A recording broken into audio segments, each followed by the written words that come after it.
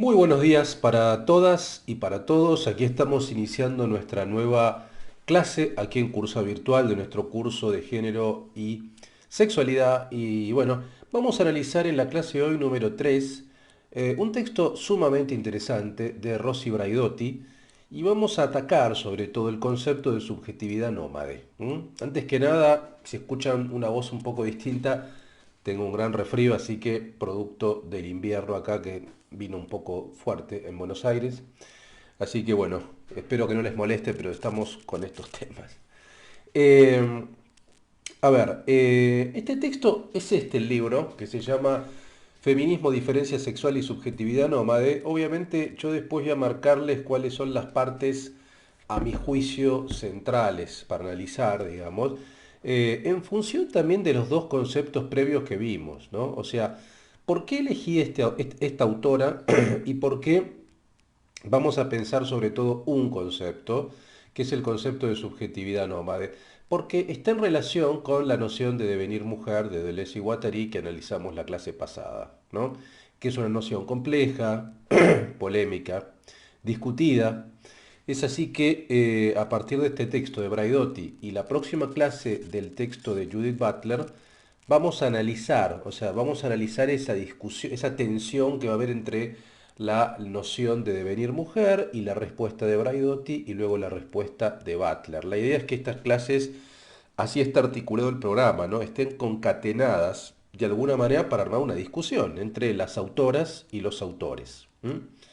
Eh, Primero vamos a explicar el punto de vista de Braidotti, que es una autora italiana, es una autora sumamente interesante, digo, nacida en Italia y que tiene un trabajo que probablemente no es tan conocida, digamos, sí obviamente dentro de circuitos feministas y que trabajan la cuestión de género con detalle, pero me refiero que por ahí ciertas autoras como Judith Butler o, por ejemplo, como Polve Preciado, han trascendido incluso lo que son las fronteras más especializadas, ¿no? Así que voy a leer mi material, es un poco más largo, y vamos a ir atacando cada uno de los elementos que yo considero centrales para poner en diálogo la noción de devenir mujer, que vimos la clase pasada, con la noción de subjetividad nómade. En el primer texto, a ver, un poco para ubicarlos, para plantearles el libro, cuáles son las partes con las cuales vamos a trabajar. El libro tiene 10 capítulos. Yo, a ver, lo que tengo, digamos, en este material de lectura es un poco mi lectura, obviamente, es mi perspectiva, es una síntesis un poco de todas, pero sobre todo de los 10 capítulos yo marqué 4, que son los que me gustaría que discutamos. El capítulo cuarto, que se llama El feminismo con cualquier otro nombre. El capítulo sexto, que se llama Género y Posgénero, el futuro de una ilusión, una pregunta. El capítulo séptimo, que se llama El devenir mujer, repensar la positividad de la diferencia. Y el capítulo 10, que se llama Deleuze, ética y derechos humanos. Esos cuatro capítulos para mí son centrales, por lo menos es mi recorte y en nuestra discusión. Pero, de todas maneras, aquí en este material de lectura es una síntesis un poco del libro, de todo el libro, de lo que a mi juicio es más sustancial para discutir. Bueno, Braidotti comienza sosteniendo, este yo creo que es el punto de partida, que la noción de género atraviesa un momento de crisis dentro de la teoría y la práctica feminista, tanto por su inadecuación teórica como por su naturaleza política amorfa e imprecisa. O sea, Braidotti empieza analizando muy críticamente el concepto de género. Esto a mí me resulta interesante, vamos a ver por qué, digamos, ¿no? Pensemos que este texto, les quiero decir exactamente la fecha de publicación, el texto es, ya les digo exactamente, 2004, primera edición 2004, ¿no? Digo, para que se ubiquen, estamos en 2022, es un texto que ya tiene casi 20 años, ¿no? Bueno, en aquel momento Braidotti sostenía o sostiene que la noción de género atraviesa un momento de crisis dentro de la teoría y la práctica feminista, tanto por su inadecuación teórica, veremos por qué, como por su naturaleza política amorfa e imprecisa. Las críticas más importantes a este concepto provienen, según su óptica, de teorías postcoloniales y feministas negras. Luego, digamos, lo que plantea Braidotti es que la crisis del género como categoría útil de análisis feminista es coincidente con un reordenamiento de las posturas teóricas que se habían fijado y estancado en la teoría feminista, en especial la oposición entre las feministas de la tradición angloamericana y las francesas. Esta oposición es muy importante, ¿no? Yo diría, es una de los parteaguas. Vamos a ver seguramente también en las próximas clases que hay diferentes divisiones o hay como diferentes clivajes, como dicen muchos politólogos. Un clivaje es en relación con el trabajo sexual, por ejemplo, ¿no? Hay un linaje que es abolicionista y hay un linaje que es regulacionista. O sea, es un eso es al interior de cada tradición, digo, dentro de las feministas inglesas o angloamericanas, algunas apoyan la regulación, otras apoyan la abolición, y lo mismo dentro de las francesas o las alemanas, digamos, ¿no? Por supuesto, habría que aplicar, hay que llevar esto a América Latina también. Acá hacemos referencia a esta división que dice Braidotti. Eh, pero también hay una especificidad, más allá de la cuestión del trabajo sexual, respecto de la naturaleza teórica. Es decir, cuáles son los elementos teóricos que van a privilegiar las feministas anglosajonas y las francesas, ¿no? Y las italianas, donde está Braidotti también, ¿no? Otro elemento, que es el tercero, será para la filósofa la aparición del pensamiento feminista italiano como alternativa al binarismo estadounidense-francés, que fue como un clásico, digamos, ¿no? Y por último, la observación de Braidotti radica en la tensión entre la noción de género, más institucional y tranquilizadora, y la expresión estudios feministas más explícitamente política. Entonces, como ven, hay cuatro puntos de partida del texto de Braidotti. Primero, la crítica al concepto de género desde las teorías postcoloniales, sobre todo. En segundo lugar, esta crisis y este reordenamiento tiene que ver con cierto estancamiento de la teoría feminista, la oposición de las tradiciones anglosajonas y francesas, y por último, la aparición del pensamiento italiano feminista como, por lo menos, como una apertura respecto de esa posición binaria. En definitiva, nos enfrentamos a la opacidad del término género, que cuenta con una larga tradición en su tratamiento de pertenencia biológica, médica, científica, lingüística, antes de ser apropiado por el feminismo. Acá les hago un punto. A ver, es interesante pensar, porque uno incorpora esta noción de género, el término género, es un término que ya es hasta popular, digo, circula por los medios, por las redes, se habla de perspectiva de género, digo, está, digamos, incorporado desde el punto de vista estatal, a través de ministerios y demás, pero muy poco se detiene en analizar realmente su genealogía, cuál es el punto de partida. Quien lo hace de manera muy detallada es Paul Preciado en Texto Yonki. ¿Mm? Que a ver, es un texto que yo no puse acá, primero porque ya hemos dado un curso aquí en Cursa Virtual sobre Preciado hace un par de años, pero quizá el próximo año lo dé entero, eh, y quería buscar otro tipo de autoras. Hay otro texto de Preciado, donde aparece obviamente el tema del género, pero en Texto Yonki, Preciado sitúa muy bien, digamos, esto en una figura que es la figura de John Money, que era un médico. Entonces, el punto de partida, que es quien realmente, según su punto de vista, a mediados del siglo XX, 1900, si mal no recuerdo, 1947, eh, es quien se encargaba, era un médico pedopsiquiatra, digamos, que se encargaba eh, bueno, de analizar corporalidades o cuerpos intersexuales en niños, digamos, ¿no? Y reasignarlos hacia un lado u otro, ¿no? Si ese cuerpo, que era indefinido desde el punto de vista anatómico, fisiológico, eh, debía ser asignado a un cuerpo femenino o masculino, producto de la anatomía.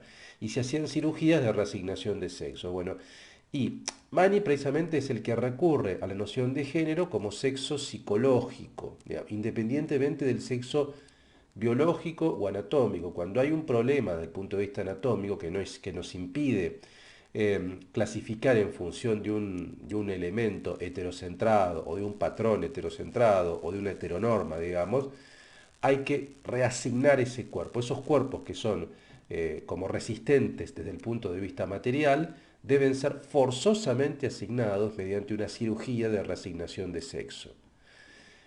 Y allí aparece la categoría esta de género, primero desde una tradición médica, médica de la cirugía, médico-psiquiátrica, uno podría llamarla, ¿no?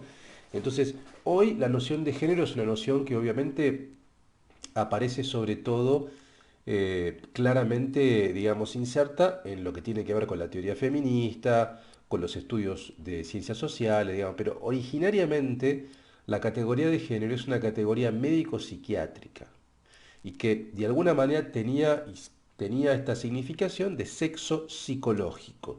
Y ese sexo psicológico debía corresponder con un sexo biológico, o sea, con la anatomía de los cuerpos. Y esto se hacía en función también de una heteronorma existente. Entonces, ese es el punto de partida que describe muy bien Paul B. Preciado en Texto Yonki, que yo recomiendo fuertemente ese libro, es un libro extraordinario, digamos, ¿no? En este caso, volvemos a Braidotti. Braidotti lo que va a plantear es que precisamente el término género tiene cierta opacidad ya. Producto de esto, ¿no? Producto de la diversidad de aplicaciones, que es un término que aparece, insisto, en la esfera médica, psiquiátrica, también científica, científica social, lingüística, antes de ser apropiado por el feminismo. Digo, es un término que tiene una historia previa a el feminismo, a ser apropiado por la tradición feminista. Luego de hacer un breve repaso por esta genealogía que va de Simone de Beauvoir a Donna Haraway, Braidotti marca que el debate se estableció finalmente entre las teóricas de la diferencia sexual y las de género en la década del 80, y finalmente determinó dos formas de reduccionismo comparables, a saber, cuáles son, desde el punto de vista de Braidotti, las formas reduccionistas. Por un lado, una forma idealista que reduce todo a lo textual y por otro, una forma materialista que reduce todo a lo social. Esto condujo, señala la filósofa, a dos formas extremas de esencialismo. Entonces lo que dice Braidotti es, acá hay un problema, digamos, ¿no? Hay un problema en el sentido de que hubo dos, hubo dos formas igualmente problemáticas de reduccionismo. Eh, una forma que es muy problemática y que la vamos a ver también con Judith Butler es reducir todo a lo textual. ¿M? Y que a veces también pasa con Volve Preciado, pero Preciado es más consciente, digamos, ¿no? Y da cuenta de la materialidad empírica de los cuerpos, ¿no? Por eso habla de el régimen farmacopornográfico y demás, ¿no? El caso de Rossi Braidotti lo que va a decir es que el problema este, digo, de la diferencia sexual, que ya lo vimos con el concepto de devenir mujer, digamos, ¿no? Una de las críticas que se le hacía a la noción de devenir mujer de Deleuze y Guattari era, bueno, que la diferencia sexual y por tanto la identidad sexual desde el punto de vista molar, desde el punto de vista de fijar límites, es necesario para el reconocimiento de derechos, para la ampliación de derechos, para las luchas políticas, institucionales, estatales. Digo, si no hay una identidad fuerte, molar, que permite identificar, en este caso, a las mujeres, ¿de qué manera podemos luchar por la ampliación de derechos, la consolidación, la legitimación de eso? ¿Mm? Si incluso las mujeres tienen que devenir mujer, entramos en una suerte de posición ultramolecular que borra todo tipo de diferencia. Este era uno de los problemas que se marcaba a Deleuze y Guattari. Entonces, lo que va a decir Braidotti es que acá nos enfrentamos a dos formas de reduccionismo posibles. Por un lado, una que va a decir, bueno, lo que importa es la textualidad, lo textual, lo discursivo. Y otra, la que va a decir es que no, lo que importa es lo social, fue una reducción materialista, digamos, ¿no? Va a importar las relaciones de producción, etcétera. Y esto, de alguna manera, lo que dice Braidotti es que nos lleva a dos formas extremas de esencialismo. Un esencialismo discursivo y un esencialismo materialista social, digamos, ¿no? O sea, son dos formas distintas de esencia. O la esencia la determinamos, la esencia de lo femenino o de la mujer, en este caso, es determinada desde el punto de vista discursivo, independientemente del cuerpo, o la esencia la determinamos desde el punto de vista social. Las relaciones de producción la determinan independientemente de la autonomía individual. ¿Se entiende? Entonces, esto es problemático. A partir de 1990, habrá una nueva generación de pensadoras que Braidotti agrupa en 5 espacios. Esto creo que es muy interesante desde el punto de vista, hasta diría, didáctico, porque realmente vean con qué claridad Braidotti va a agrupar estos 5 espacios a partir de 1990 dentro del campo feminista, ¿no? El primero dice, las teóricas críticas pertenecientes a la tradición alemana frankfurtiana, o sea, las teóricas que vienen de, o que le deben desde el punto de vista teórico a la escuela de Frankfurt, sobre todo va a marcar Braidotti a Seila Ben-Habib, ¿no? Que recomiendo realmente. Seila Ben-Habib es una teórica feminista que viene de ese linaje. El segundo punto dice las pensadoras de la escuela francesa que ingresaron al ámbito estadounidense, en especial a los campos de teoría literaria y humanidades. O sea, algunas pensadoras que venían de formación más bien francesa que dan clase en campus norteamericanos o en campus estadounidenses en ciertos departamentos. C, el grupo italiano, como tercero, que tardó en arribar al mundo angloparlante, cuya figura central es Irigaray, ¿m? Irigaray, pero también Muraro y Cabarero, ¿no? Esos nombres, yo creo que estos nombres de Irigaray y Muraro son importantes y han marcado la agenda de discusión de los últimos años. D, el cuarto grupo, es el radicalismo lesbiano de Monique Wittig, obviamente, teórica francesa, Wittig, y también Judith Butler. Y por último, las pensadoras étnicas y coloniales. Entonces ahí tenemos cinco posibles, como una suerte de ordenamiento en 5 estamentos según la posición de Braidotti. Según Braidotti, la obra de Teresa de Lauretis, obviamente también teórica italiana, resultará fundamental para la configuración de un nuevo materialismo feminista asentado en la redefinición, en la redefinición, perdón, postestructuralista del texto y la relación entre conocimiento y poder.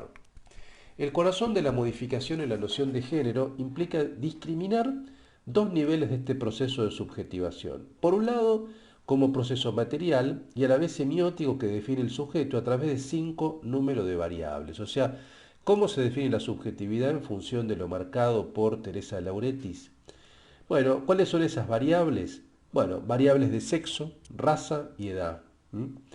También dice, la adquisición de la subjetividad es consecuencia de prácticas materiales, institucionales. Uno no deja de ser un efecto de instituciones. Esto acá se ve claramente, yo creo, una influencia de Foucault, en el sentido de que la subjetividad, las prácticas, las formas de comportarse, eh, son configuradas desde el punto de vista de patrones de instituciones disciplinarios, por ejemplo, en el siglo XVIII y XIX, la familia es una institución, pero podemos pensar un montón más, digo, la escuela, la prisión, eh, la prisión, la fábrica. Bueno, las subjetividades es una consecuencia de ese tipo de instituciones, primero disciplinarias en el siglo XVIII y XIX, y luego ya postdisciplinarias, lo que Deleuze llamaría sociedad de control, digamos, ¿no?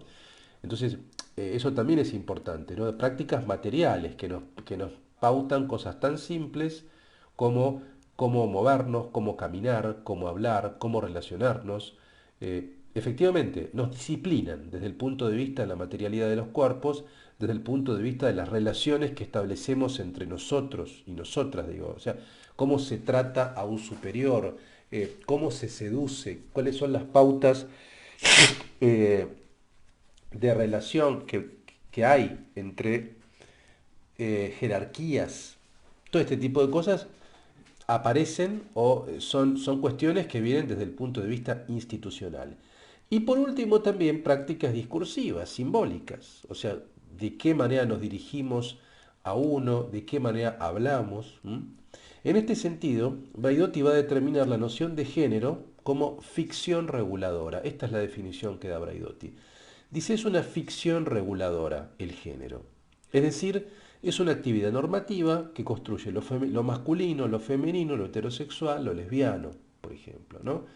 Pero me parece que es una buena definición. Es una ficción en el sentido, digo, que no hay allí nada de verdad objetiva, ¿no? O sea, es una ficción, es una norma, y como toda norma implica un elemento de arbitrariedad, digamos, ¿no?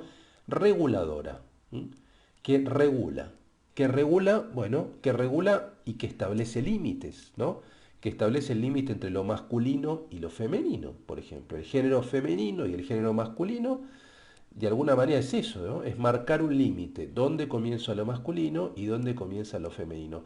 Esto van a ver que es interesante, lo vamos a ver la próxima clase también con Butler, en el sentido de que la teoría queer, la llamada teoría queer, al tratar de deshacer los límites y al pensar más bien en subjetividades queer, que son subjetividades raras, entre comillas, anormales, entre comillas, digo, lo que ponen en discusión precisamente es el límite. El género tiene que establecer algún tipo de diferencia. La diferencia sexual no necesariamente tiene que ser binaria, esto ya lo veremos. Digo, cuando uno dice diferencia, bueno, por ahí tiende a pensar automáticamente en que la diferencia es binaria, masculino o femenino. No necesariamente, digo, o sea, el hecho de buscar establecer una diferencia, un límite, el desafío que podemos tener es establecer límites no necesariamente que sean binarios y excluyentes, ¿no? Pero bueno, esto lo estoy anticipando para la próxima clase con Butler. Por ahora, Braidotti lo que dice es, la noción de género es una ficción reguladora. Braidotti subraya la contribución original de Butler, precisamente, al pensar al género como gran narrativa normativa de la heterosexualidad. Gran narrativa normativa de la heterosexualidad. Vale decir, al otorgar un valor cultural a ciertas ideas sobre la mujer en contraposición a la variedad de maneras de ser de las mujeres constituidas desde la heterosexualidad compulsiva. ¿Qué es esto de la heterosexualidad compulsiva? ¿Qué es esto de la narrativa normativa de la heterosexualidad? Bueno, es otra forma de hablar de la heteronorma. O sea, que hay una norma. A ver, yo siempre tengo la impresión de que la forma más fácil de explicar esto es de la siguiente manera. ¿Por qué una persona que no es heterosexual tiene que decirlo? Tiene que salir del closet. ¿M? En cierto momento. Bueno, porque si no lo hace, se da por descontado, se da por añadidura que esa persona es heterosexual. ¿Se entiende? Eso es una norma. O sea, una norma es, bueno, esto es lo común, esto es lo instituido, este es el patrón. Y el patrón es heterosexual. Por tanto, si uno no dice que no lo es, se sobreentiende, se da por sobreentendido, como dice acá Braidotti, compulsivamente que uno es heterosexual. Por tanto, si uno quiere marcar que no lo es, tiene que decirlo, tiene que salir del closet. Y si uno tiene que marcar la diferencia es porque hay una norma que es heterosexual. Este es el punto. Entonces, como dice acá Braidotti, la contribución de Butler, según su punto de vista, es pensar el género precisamente como una narrativa de la heterosexualidad o como una heterosexualidad compulsiva. ¿Mm? En este sentido, el género es el argumento del que se vale el patriarcado para sostener la norma heterosexual. De ahí que la lesbiana ya no sea mujer, por cuanto se ha sustraído a las identidades basadas en el falo y al mismo tiempo sea subversiva porque se niega a sostener la matriz heterocentrada. ¿Se entiende lo que está diciendo Braidotti? Esto obviamente toma a Monique Wittig y toma a Butler, ¿no? A ver, ¿cuál es el problema con el género? Que el género, obviamente, sobre todo si hablamos de género femenino y género masculino en esa diferencia sexual, el tema está en que estamos definiendo a partir de esa diferencia y producto de la heterosexualidad compulsiva o de la heteronorma, estamos definiendo cuáles son los atributos del género femenino. Vale decir, cómo se construye la mujer ideal o un patrón de feminidad, de alguna manera. ¿Se entiende? Como dice acá, digamos, ¿no? El género es el argumento del que se vale el patriarcado para sostener la norma heterosexual. De ahí que lesbiana ya no sea mujer, porque supuestamente la mujer que se define a partir de la heteronorma va a tener ciertas características emocionales, va a tener ciertas características respecto de su función social, de alguna manera, que tiene que ver con lo reproductivo. Entonces, si se quiebran ese tipo de atributos, por ejemplo, lo reproductivo, si se quiebra el vínculo heterosexual entre hombres y mujeres, bueno, ahí aparece esta diferencia que va a ser Wittig y que también va a tomar Butler entre, bueno, las mujeres lesbianas ya no son, entre comillas, mujeres. Digamos, no son mujeres en el sentido que no son mujeres en función de esa heteronorma, de lo que la heteronorma marca. ¿Mm? Butler, dice Braidotti, radicaliza a Wittig, en tanto nos incita a abordar el género como noción performativa. Esto es la aportación de Butler, digamos, ¿no? En Gender Trouble, en el género en disputa, lo que va a plantear Butler es que sí, el género es una noción performativa. ¿Y eso qué quiere decir? Es un hacer. El género es un hacer. Es una práctica discursiva, pero también es una práctica social, de comportamientos. Supuestamente un hombre o un varón y una mujer se comportan performativamente. O sea, cómo uno se da cuenta de que la subjetividad que tiene enfrente es femenina o masculina, producto de su performatividad.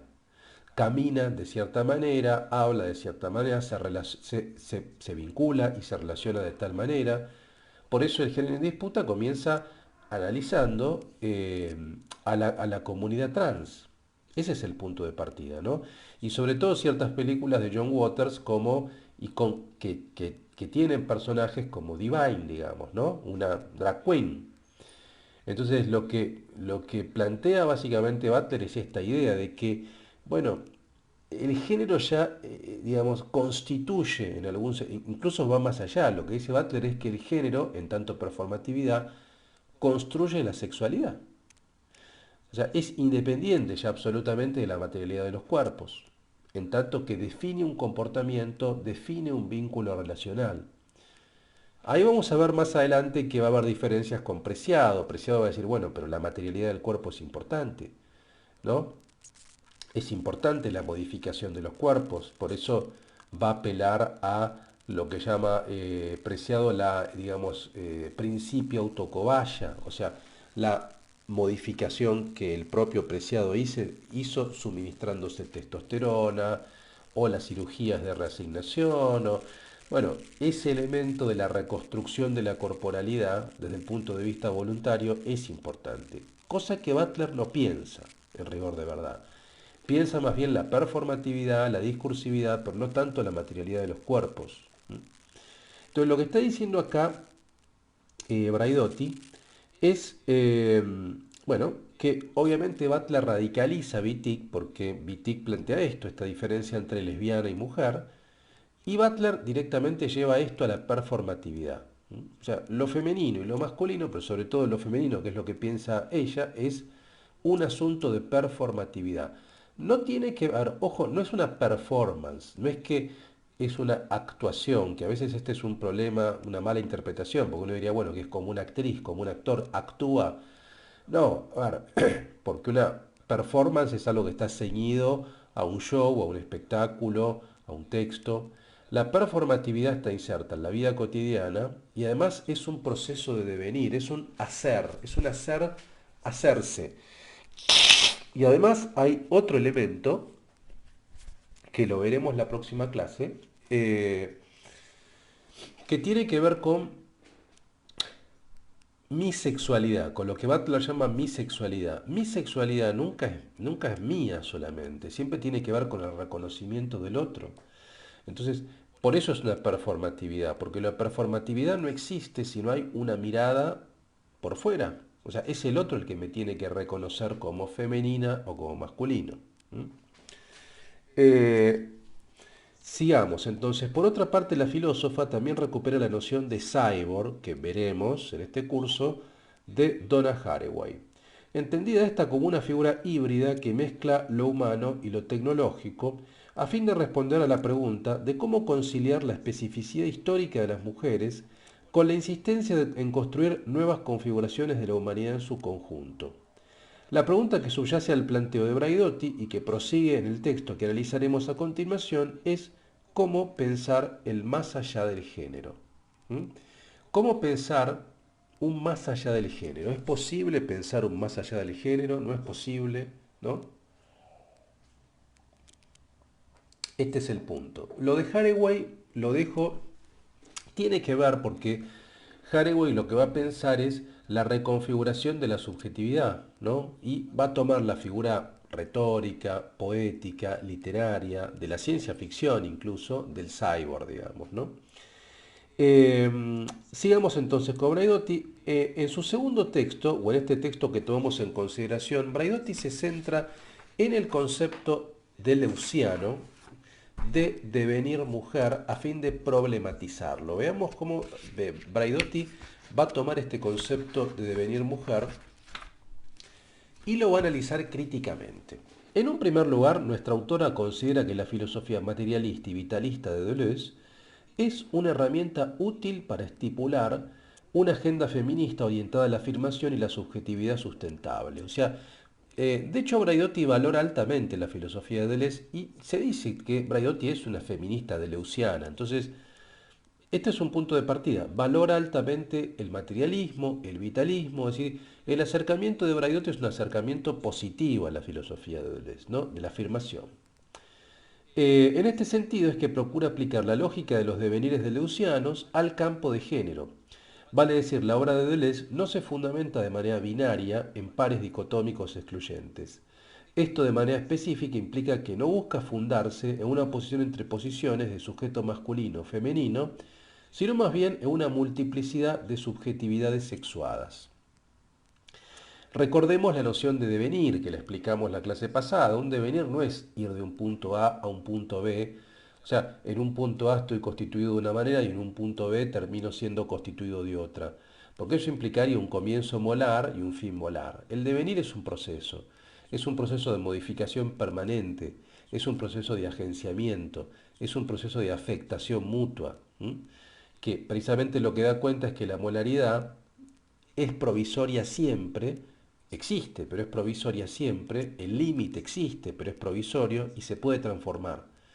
Y de manera subyacente lo que existe es la molecularidad, que no cesa de moverse. Entonces, vean lo que dice acá. La obra de Deleuze no se fundamenta en pares dicotómicos, sino en oposiciones entre una multiplicidad de subjetividades sexuadas. No en una gran división excluyente masculino-femenino, sino que la diferencia es una diferencia infinita, por así decirlo, y afirmada. La figuración central de Luciana consistirá en un devenir minoritario, en un devenir nómade propio de la lógica de la molecularidad, es decir, la prioridad de la línea de segmentaridad blanda o molecular. En la teoría del devenir de Leuciana, Braidotti marca que la mujer se postula como la imagen o posición central en oposición al varón como referente principal de la subjetividad mayoritaria, estándar, portadora de la norma, la ley y el logos. Recordemos entonces lo que dice Deleuze, que por qué dentro de los devenires minoritarios la mujer o el devenir mujer es central o es el privilegiado. Porque precisamente desde el punto de vista simbólico, discursivo, es el que se opone de manera más evidente en un primer lugar a la figura mayoritaria, al patrón. ¿Cuál es el patrón mayoritario?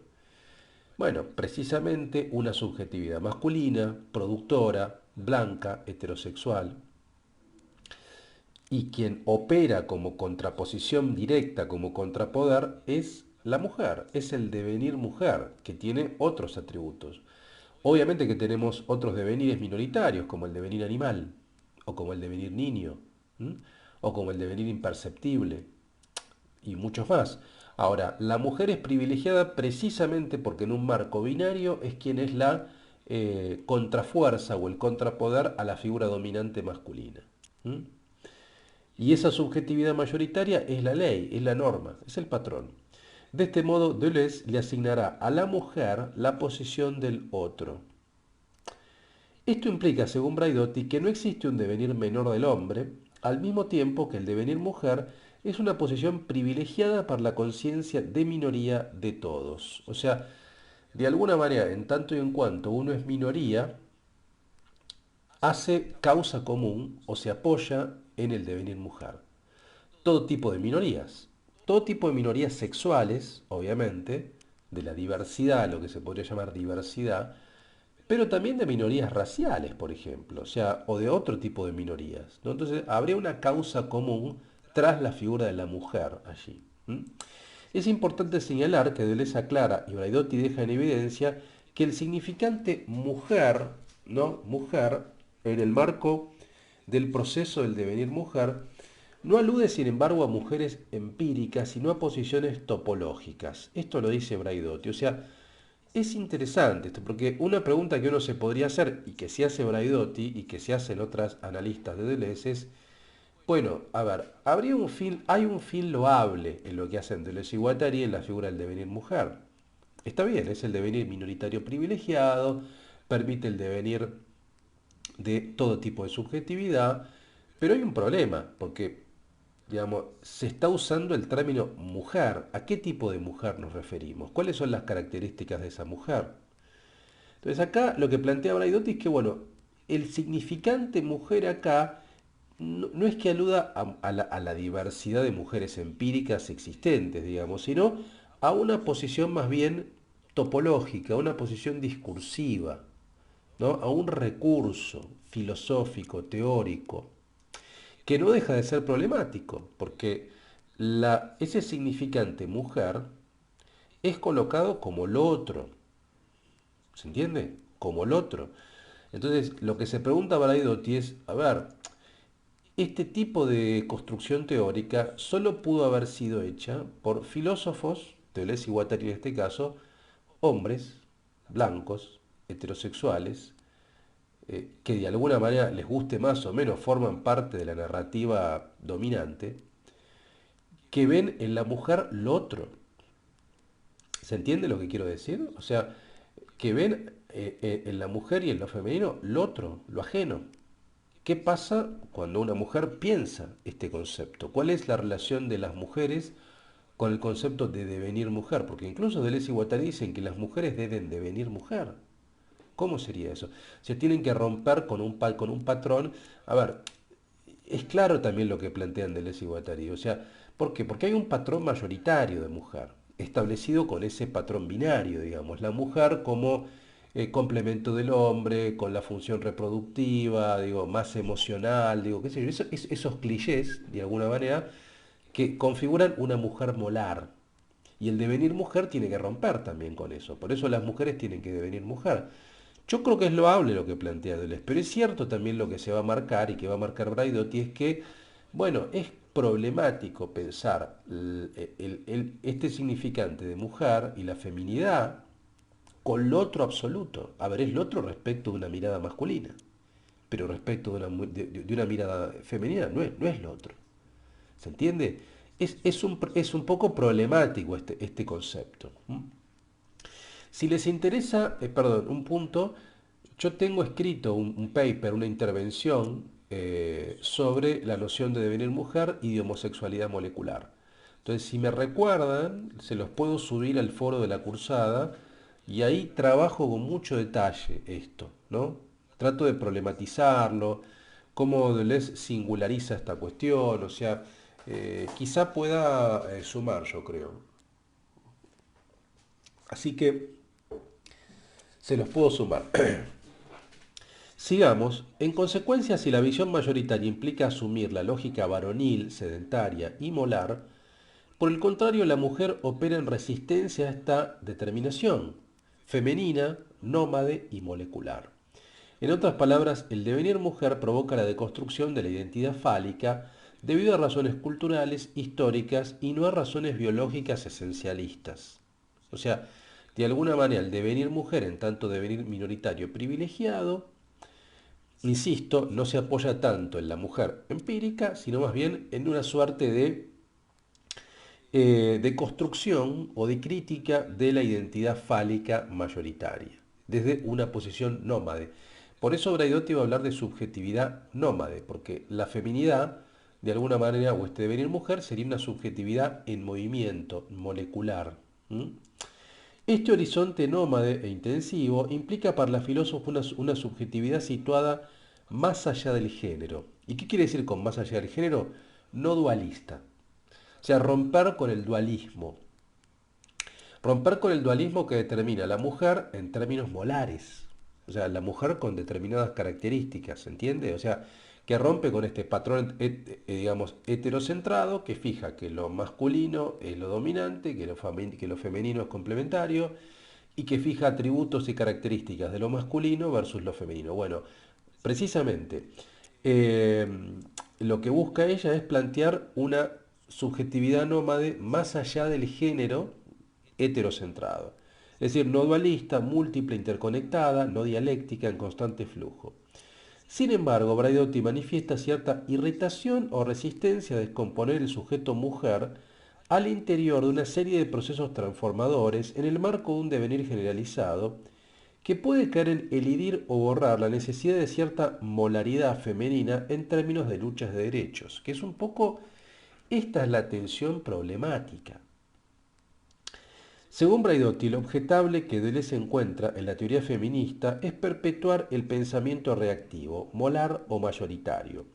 Según la escala nietzscheana de valores, las feministas tienen una moral de esclavos, dice Braidotti en la página 166.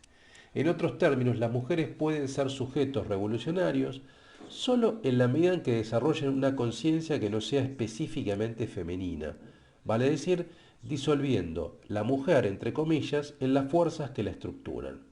Esto implica que, de acuerdo al marco conceptual de Lesiano, todas las feministas, en la medida en que polarizan en términos de género, vale decir femenino duro, identitario, versus masculino duro, identitario, logran el indeseable propósito que quieren combatir: reafirmar un pensamiento binario como soporte del falocentrismo en cuanto a imagen dominante. ¿Se entiende? O sea, este es el problema. Este es el problema, porque por un lado uno puede entender que hay que salir de este dualismo, hay que ir más allá del género, que determina a lo masculino como el patrón dominante y lo femenino como complementario. Pero por otra parte, ¿de qué manera se logran reconocer derechos, ampliar luchas en ese sentido si no se fija una identidad claramente femenina en oposición, obviamente, a la masculina? Entonces, son como dos niveles de análisis. Por un lado tenemos un nivel de análisis que uno podría llamar político-militante, para el cual la molaridad identitaria, dirán muchas, es necesaria, marcar la diferencia fuerte para que el reconocimiento exista, pero por otra parte hay un nivel que uno podría llamar ontológico, eh, que es donde aparece la posición de Deleuze, que da cuenta de la primacía de la molecularidad por sobre la molaridad. Y precisamente lo que va a plantear es disolver ese dualismo, ese binarismo, en función de una diferenciación múltiple, de múltiples sexos. Entonces, eso implica disolver la diferencia tan dura entre femenino y masculino y avanzar hacia una visión, no sé cómo llamarla, un poco la llaman así, digamos, en el antiedipo del exiguatario, una suerte de origen transexuado, o una suerte de pansexualidad de origen, si ustedes quieren, posible, que desde el punto de vista ontológico, teórico, es interesante, especulativo también, y desde el punto de vista de la libertad, pero desde el punto de vista de las consecuencias políticas concretas, de la política, de la realpolitik, uno podría decir, es problemático, porque disuelve la identidad que se necesita para luchar. Entonces, este es el punto. A ver, sobre esto no hay una posición final, o sea, no es que haya una conclusión, son dos posiciones, que yo las estoy exponiendo para que ustedes saquen sus conclusiones, las analicen, problematicen esto. Finalmente, luego un análisis de las nociones de Lacan y Virginia Woolf, Braidotti plantea su acuerdo con Deleuze en este sentido. La literatura y el arte, realizado por mujeres en este caso, no cumplen una función meramente decorativa, sino constituyen el campo privilegiado de creación conceptual en el cual se verifica la afirmación del deseo productivo como fuerza vital, que exige al devenir mujer como punto de partida inevitable e inalienable. Esto lo dice sobre todo en relación a una discusión si hay una especificidad de literatura feminista. Y sobre todo a partir de un análisis de la obra de Virginia Woolf, ¿no? Woolf, dice Braidotti, le proporciona a Deleuze un modelo de plano de inmanencia, donde diferentes encuentros se agencian entre sí, produciendo ensambles inesperados. Lo paradojal, incluso molesto para una perspectiva feminista, más molar, con respecto a la filosofía de los devenires de Leuciana, sin embargo es algo productivo para Braidotti. Por último, la filósofa marca la preeminencia en el campo del arte, del cine y de la cultura de figuras feministas como salvadoras de la humanidad, entre comillas. Un ejemplo es el caso del personaje de Ripley, de Sigourney Weaver, la actriz, en la saga de Alien, ¿no? Alien es una saga de películas fundamental, yo les diría, ¿no? Ese personaje, el personaje de Ripley y el vínculo que tiene con el Alien, hay un montón de especulaciones, hay un montón de textos interesantísimos para pensar esa película, que van a ver que cuando analicemos el manifiesto para cyborgs de Donna Haraway, eh, vamos a recurrir también a ese tipo de figuras de la ciencia ficción, digamos, ¿no? En este caso, dice Braidotti, representa todo lo que el feminismo puede hacer como especie condenada, ¿no? Hay en esa figura de Ripley una figura como de reivindicación de la figura femenina, productora, fuerte, activa, afirmativa, ¿m? Y que además engendra vida. ¿M? Bueno, hasta acá lo que es mi material de lectura. Yo creo que es interesantísima Braidotti, ¿no? Me parece que la noción de subjetividad nómade, ¿cuál es un poco el desafío que nos plantea Braidotti? Bueno, el desafío que nos plantea es la necesidad de establecer una diferencia sexual, porque en definitiva, a ver, lo que plantea Braidotti es, ¿la diferencia sexual es necesaria? Sí. Ahora, el tema va a ser desde qué presupuestos teóricos, ontológicos, filosóficos, establecemos una diferencia sexual que no tenga consecuencias negativas para la acción política. ¿Se entiende? El tema está en que se reforza, en que, a ver, si uno apoya una noción de subjetividad molar fuertemente diferenciada entre masculino y femenino, está eh, siendo funcional a una posición dominante masculina. ¿Se entiende? Porque se define, digamos, la cuestión de la feminidad a partir de ciertos atributos con los cuales no coincide Braidotti. Entonces, el desafío va a ser, la diferencia sexual, digamos, ¿es necesaria que haya una diferencia sexual? Sí. Ahora, ¿la diferencia sexual se tiene que hacer desde presupuestos esencialistas? No. O sea, no hay una esencia de mujer. No hay una esencia de mujer ni desde lo biológico, ni desde lo discursivo, no. Y el tema está en cómo definimos esa diferencia. Si no partimos de presupuestos esencialistas, ¿cuáles serán los presupuestos? Y los presupuestos van a ser nómades, van a ser móviles, en definitiva, ¿no? Eh, entonces tenemos que constituir, según Braidotti, una, una visión de feminidad a partir de cierta movilidad, a partir de cierto nomadismo. ¿M? Vean lo que dice la página 81, les quiero leer unos pasajes, ¿no? Dice, no considero la diferencia sexual como una teoría monolítica o ahistórica, sino lo contrario. En sujetos nómades procuré elaborar un esquema de 3 niveles a fin de comprender la diferencia sexual. En un primer nivel se enfocan las diferencias entre hombres y mujeres. Aquí el objetivo es descriptivo y diagnóstico. El enfoque de la diferencia sexual implica tanto la descripción como la denuncia del falso universalismo del carácter simbólico de lo masculino, en el cual la noción de sujeto corresponde a una agencia masculina autorreguladora, mientras que la noción de otro constituye un sujeto, un sitio de devaluación. Bueno, el otro será lo femenino, que siempre está devaluado o que está pensado en función de lo privilegiado que es lo masculino. Por eso quiere salir de esa división. ¿M? Porque esa división es funcional a la heteronorma. El segundo nivel se centra en la irreversibilidad de la relación entre el sujeto y el otro. Según Luz Irigaray, la otredad de las mujeres continúa siendo irrepresentable dentro de este esquema de representación. Este es el problema del devenir mujer como lo otro absoluto, que es irrepresentable desde el punto de vista político. ¿Mm? Eh, entonces, ven acá cómo va marcando cuáles son los problemas de esos análisis. Eh, bueno, luego tenemos lo que plantea de Judith Butler, pero esto ya más o menos lo dijimos, así que quiero ir hacia... eh, acá habla de Donna Haraway, esto lo vamos a ver más adelante. Lo vamos a ver más adelante, así que eso lo voy a dejar para más adelante. Les quiero leer, acá está, vamos a ir a la cuestión del devenir. Vean acá. Dice, en la página 164, dice, en su condición de hombre, el varón es el referente principal de la subjetividad pensante, el portador estándar de la norma, la ley, el logos. En cambio, a la mujer se le asigna de modo dualista, por oposición, la posición de otro. Este es el problema a veces del devenir mujer, digamos, ¿no? Las consecuencias son las siguientes. No existe un posible devenir minoría del hombre. El devenir mujer es una posición privilegiada para la conciencia de la minoría de todos. Deleuze declara que todas las líneas de desterritorialización pasan necesariamente por la etapa del devenir mujer, que no es solo otra forma de devenir minoría. La referencia a la mujer en el proceso de devenir mujer no alude a las mujeres empíricas, bueno, como lo dijimos.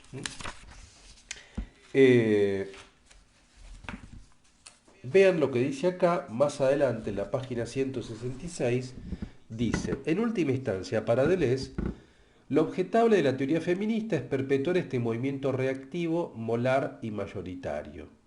¿Mm?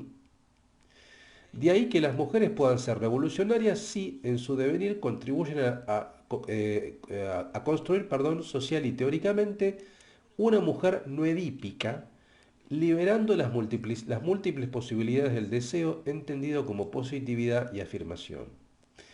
Dicho de otro modo, las mujeres pueden ser sujetos revolucionarios solo en la medida en que desarrollen una conciencia que no sea específicamente femenina, disolviendo a la mujer en fuerzas que la estructuran. O sea, es como una paradoja, digo, ¿no? Las mujeres pueden ser revolucionarias en tanto y en cuanto deconstruyan o disuelvan la feminidad molar que las determina con ciertas características siempre en función de un patrón masculino dominante. ¿Se entiende? Para mí es claro, digamos, ¿no? Y es muy interesante. Ahora, desde el punto de vista político, esto es problemático. Porque si bien es cierto que hay que romper esa subjetividad masculina dominante, también nos sirve para oponernos y para tensionar y para pelear políticamente esa oposición tan marcada. Lo que pasa es que la diferencia sexual o la diferencia no debería ser hecha a partir de atributos que son definidas por ese patrón, ¿se entiende? Los atributos deberían ser otros, no los atributos que define ese patrón, que es lo que llama acá Braidotti, leyendo a Deleuze, un pensamiento reactivo, molar, mayoritario, ¿m? Estructurado a partir de una moral de esclavos, haciendo alusión a Deleuze, perdón, a Nietzsche. ¿M? Este es el punto. Eh, Déjenme ver si les puedo leer aunque sea uno o dos párrafos más, y con esto ya vamos cerrando. Acá yo tengo marcado algo muy interesante, hacia el final, digamos, ¿no? Eh, en este capítulo que se llama Deleuze, Ética y Derechos Humanos, analiza a Derrida y analiza a Deleuze, pero me interesa porque lo pinta muy bien. Dice lo siguiente, lo que cuenta es una anécdota que es un diálogo que tuvo Braidotti con Deleuze, ¿no? Dice, escribí el libro, se lo envié a Deleuze y comenzamos a intercambiar correspondencia acerca de todo eso, o sea, su libro Sujetos Nómades. Le dije, pienso que estás en una contradicción en esto. No puedes resolver así el devenir mujer. Quieres que las mujeres actuemos como agentes históricos y al mismo tiempo quieres que nosotras induzcamos la historia molar para hacer un devenir minoritario. ¿Cómo podremos devenir las dos cosas? O sea, porque el propio Deleuze y Guattari dicen en Mil Mesetas que las luchas de las mujeres son necesarias. Ahora, las luchas son molares. ¿Y cómo al mismo tiempo nos decís que tenemos que devenir mujer y deshacer ese tipo de molaridad? Es un problema. Por supuesto que el feminismo, y especialmente el feminismo posmoderno, nosotras enfrentamos esta paradoja. En la filosofía de Deleuze se ve esto como una contradicción que él mantiene. Yo creía que eso ocurría fundamentalmente porque él no estaba muy interesado en resolverla. Sin embargo, en correspondencia privada, él me dijo, esto es un problema real y es absolutamente cierto, no sé cómo resolverlo, dime tú cómo solucionarlo. Deleuze no quería tener un sistema, no quería firmar un dogma, ni normalizar una escuela, ni formalizar una escuela. Entonces me di cuenta de que cuando me dijo, hazlo tú, no estaba abdicando de sus responsabilidades. Él deliberadamente escogió no ser el amo de su propio pensamiento. De todos modos, me estaba diciendo, inténtalo, si funciona, es una teoría con la que puedes trabajar, pero si no es, crea otra. Exactamente como Foucault decía, la teoría es una caja de herramientas. Si te ayudan a hacer lo que necesitas hacer, está bien si no cambia de herramientas. ¿Mm? Entonces, ¿entiende lo que está diciendo? Me parece que es una buena anécdota en el sentido de que, bueno, las filosofías tienen límites, digo, ¿no? O sea, Deleuze eso no lo desarrolló. Deleuze lo que desarrolló es el concepto de devenir mujer, que es muy interesante en algunos aspectos, y para otros aspectos, para otras funcionalidades políticas tal vez, es problemático. Entonces, el desafío de Braidotti era, de alguna manera, retomar eso y tratar de solucionarlo. Una solución posible es esta, o sea, pensar que la diferencia sexual es fundamental, sí. ¿Es fundamental por qué? ¿Para estructurar luchas políticas? Sí. Ahora, los presupuestos teóricos a partir de los cuales se marca la diferencia sexual tienen que ser otros, no tienen que ser esencialistas y no tienen que estar hechos en función de un patrón masculino dominante. ¿Se entiende? Habrá que buscar otros atributos que marquen a la feminidad. Tal vez, y esto lo dejo como cierre, tal vez allí otro tipo de figuras retóricas como el cyborg, como lo trans, ya vamos a ver en la segunda mitad del curso, cuando empecemos a ver estas figuras retóricas, tal vez estas figuras literarias, de ciencia ficción, algunas retóricas, estéticas, son buen material para reconfigurar la subjetividad femenina. O sea, para pensar una diferencia femenina a partir de otras herramientas, que no están estructuradas por oposición molar a la masculinidad dominante. Espero que haya quedado más o menos claro. Bueno, dejamos acá, la próxima clase vamos a seguir con Butler. Obviamente cualquier consulta, cualquier duda, cualquier pregunta en el foro de la cursada me la pueden hacer. Eh, es todo por la clase de hoy, espero que les haya interesado y nos seguimos viendo entonces en la clase cuarta en nuestro curso de género y sexualidad. Les mando un fuerte abrazo a todas y a todos.